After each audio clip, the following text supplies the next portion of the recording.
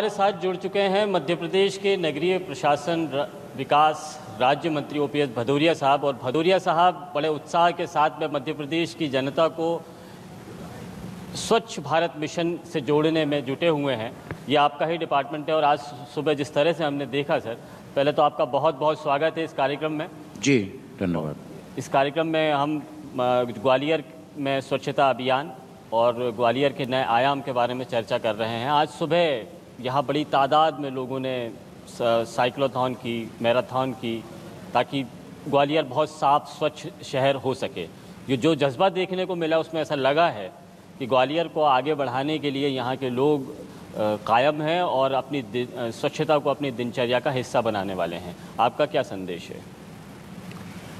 सबसे पहले तो मैं धन्यवाद देना चाहता हूँ न्यूज़ 24 को, आपको, आपकी पूरी टीम को, क्योंकि आपने ग्वालियर की स्वच्छता के लिए और ग्वालियर की भव्यता के लिए जो सार्थक प्रयास किया है मैराथन के माध्यम से और जागरूकता के माध्यम से, तो निश्चित रूप से, और जो मैं आज देख रहा हूँ खास तौर से आपकी मुहिम में, जो हमारा बुद्धिजीवी वर्ग है, चाहे वो प्रोफेसर्स हों, चाहे शिक्षाविद हों, समाज के दूसरे वर्ग के जो महत्वपूर्ण लोग हों, और ख़ास तौर से जो हमारी युवा पीढ़ी है, जिस तरह से उसने इस कार्यक्रम में भूमिका निभाई है, तो मुझे पूरा विश्वास है कि आपका ये जो प्रयास है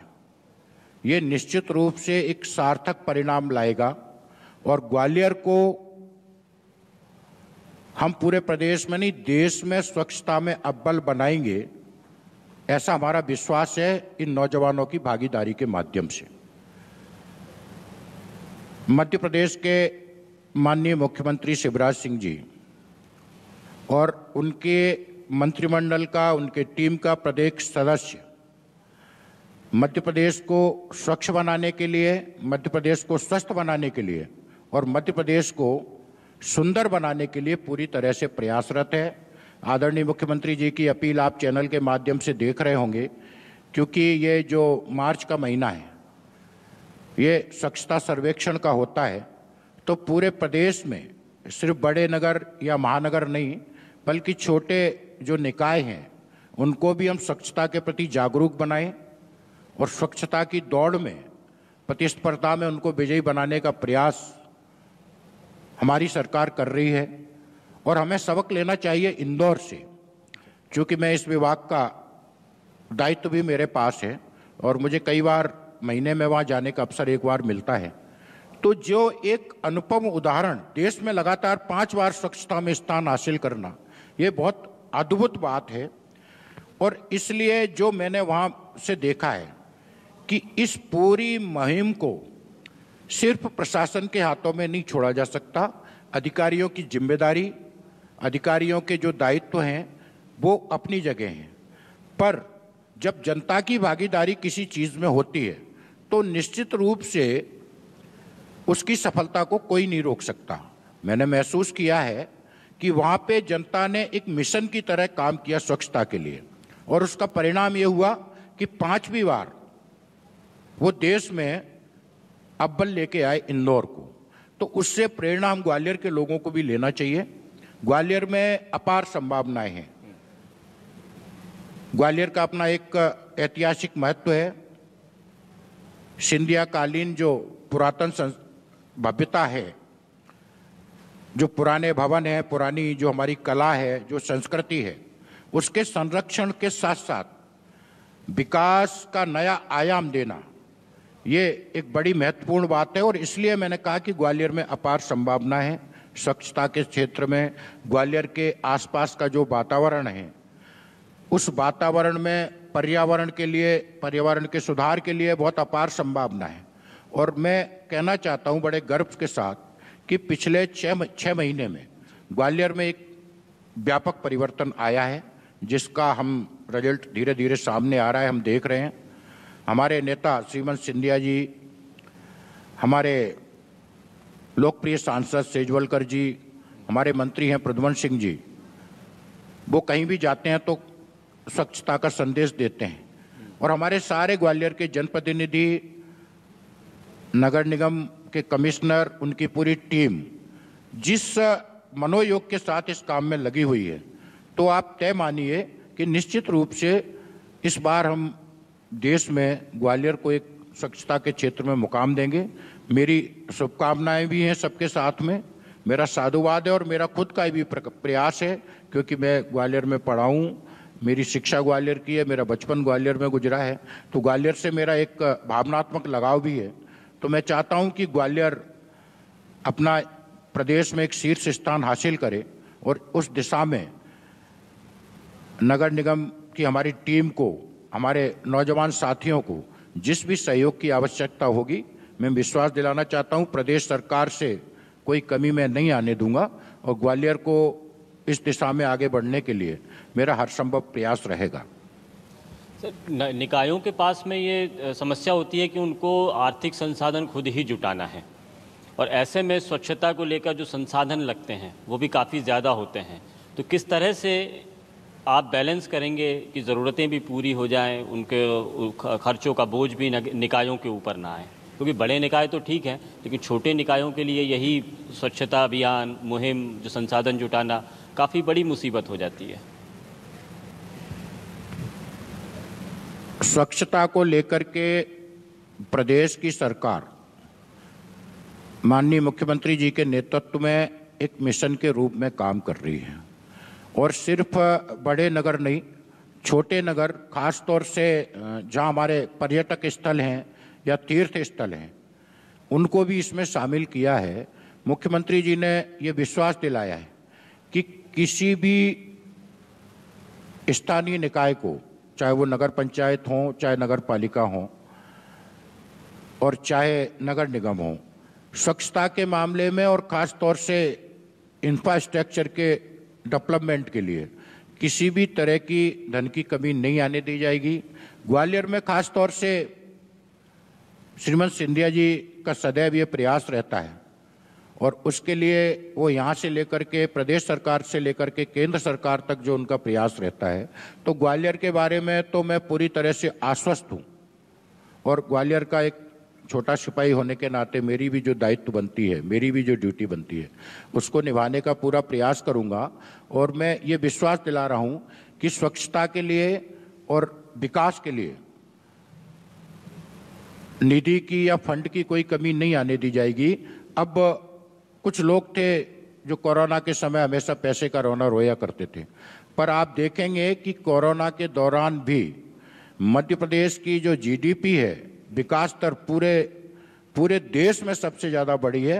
19% हम विकास दर में वृद्धि लेके आए हैं, जो इस बात का संकेत है कि उस समय भी हमने कोरोना से लोगों की रक्षा की, स्वास्थ्य सुविधाओं में विकास किया, लेकिन इसके साथ साथ हमारे उद्योग धंधे भी चले, हमारी अन्य जो कार्रवाई थी, गतिविधियां थी, वो भी संचालित हुई। तो मैं आपको विश्वास दिला रहा हूं कि स्वच्छता के लिए और विकास के लिए धन की कोई कमी नहीं आने दी जाएगी।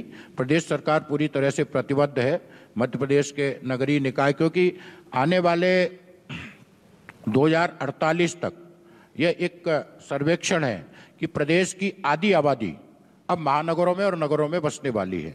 तो जब आधी आबादी नगरों में होगी तो उसी तरह से नगरों का हमें संसाधनों का विकास भी करना पड़ेगा, चाहे वो सड़क का निर्माण हो, पेयजल की व्यवस्था हो, सीवेज का सिस्टम हो, स्वच्छता का विषय हो, पर्यावरण का माप, तो सारी चीज़ों को जोड़ करके जो आगामी 2048 तक की जो हमारी योजना है उसके अनुरूप हम काम कर रहे हैं और महानगरों को एक मॉडल, एक अच्छा स्वरूप हम देना चाहते हैं। इसलिए धन कोई हमारा विषय नहीं है, धन की कोई कमी नहीं आने देंगे, पर प्रदेश की नगरीय निकायों का विकास और उनकी स्वच्छता हमारे लिए सर्वोपरि है और उसके लिए हमने एक निश्चित प्रक्रिया के तहत हम काम कर रहे हैं, जिससे आने वाले समय में हम अपना लक्ष्य हासिल कर सकें। हम सर इस कार्यक्रम में इस बात पर भी चर्चा कर रहे हैं कि ग्वालियर में विकास के नए आयाम क्या हैं, ग्वालियर कैसे आगे बढ़ेगा। ये न केवल ग्वालियर है बल्कि ग्वालियर चंबल अंचल है।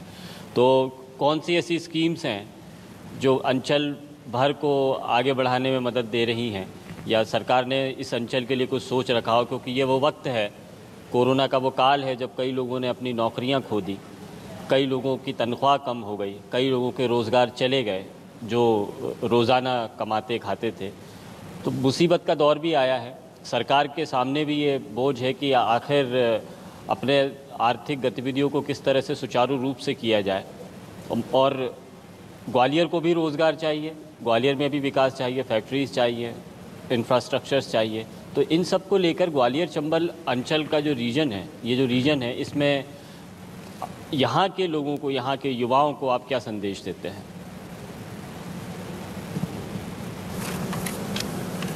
ग्वालियर महानगर का अपना एक महत्व है।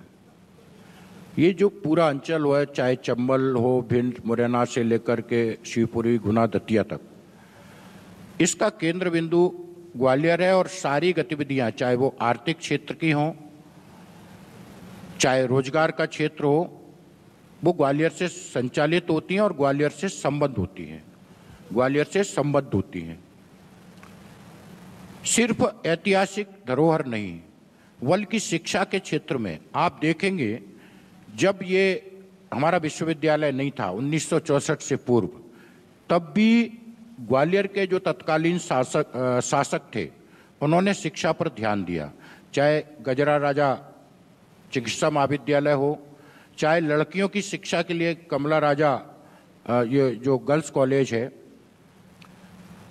चाहे MITS, उस समय तकनीकी शिक्षा के बारे में लोग ज़्यादा जागरूक नहीं थे, तब भी ग्वालियर में Madhavrao institute of technology and science था।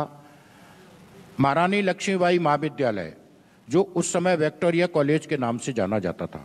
तो कहने का आशय ये है कि उस समय का जो शासक थे, सिंधिया परिवार, उन्होंने शिक्षा के महत्व को समझा और उसकी वजह से हम इस पूरे अंचल को बेहतरीन शिक्षा दे पाए।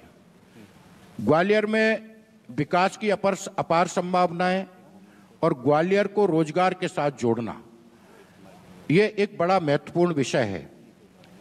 ग्वालियर के आसपास जो भव्यता के साथ बाईपास का निर्माण हुआ है, चाहे वो AB रोड का बाईपास हो, चाहे वो मुरैना झांसी रोड का बाईपास हो, और चाहे झांसी रोड से AB रोड को जोड़ने का लिंक रोड हो, तो ये जो नया विस्तार है, इस विस्तार में हमको ग्वालियर के रिहायशी क्षेत्र को कैसे स्थापित करना है, कैसे मूलभूत सुविधाओं का विकास करना है, कैसे हमें सुरक्षा पूरी तरह से मुहैया कराना है, ये सब चीज़ें हैं जो एक नगर के विकास के लिए बहुत आवश्यक होती हैं और इन सब पहलुओं पे ध्यान दिया जा रहा है। रोजगार के क्षेत्र में एक बड़े परिवर्तन की आवश्यकता है। अभी श्रीमंत Scindia ji drone college school लेके आए हैं। रोजगार के क्षेत्र में हमें नवाचार करना और नए अवसर तलाशना, ये समय की एक ज़रूरत है। तो प्रतिवर्ष प्रति 3 महीने में लगभग 2000 लड़के जब इससे ट्रेनिंग लेंगे तो एक नए रोजगार के अवसर भी हासिल होंगे।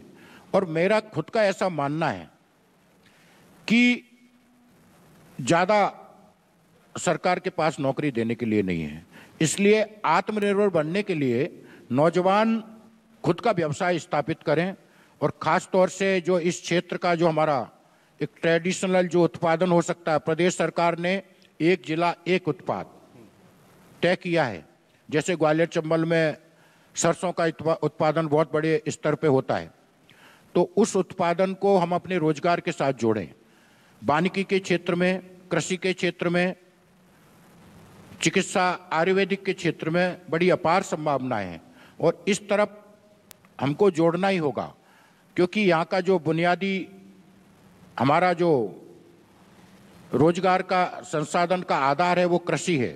इस क्षेत्र में 80% लोग कृषि पे आधारित हैं।